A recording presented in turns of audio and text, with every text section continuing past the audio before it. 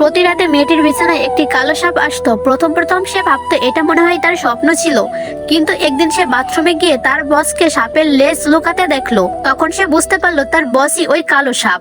প্রতি রাতে ওই মেয়েটির কাছে আসতো, কারণ 10 বছর আগে মেয়েটি একটি কালো সাপের সঙ্গে দেখা হয়েছিল এবং তার বন্ধু হয়ে গেছিল।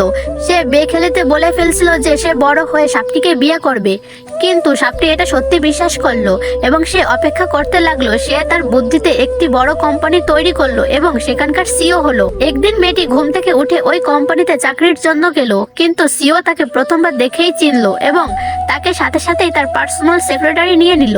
তারপর তাকে একটি জাদুই ব্রেসলেট দিল আর বলল সে যখন তাকে ডাকবে সাথে সাথে সে ওখানে চলে আসবে।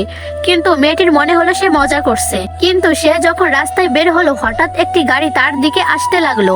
সমস্যা দেখেই সে তার বসকে ডাকলো। তখনই তার বস সেই সময় চলে আসলো আর 1 সেকেন্ডের ভিতর তাকে বাঁচিয়ে নিল। সে কিছু বোঝার আগেই তার বসের চোখ জ্বলে উঠলে সাথে সাথেই তারা ওখান থেকে গায়েব হয়ে গেল।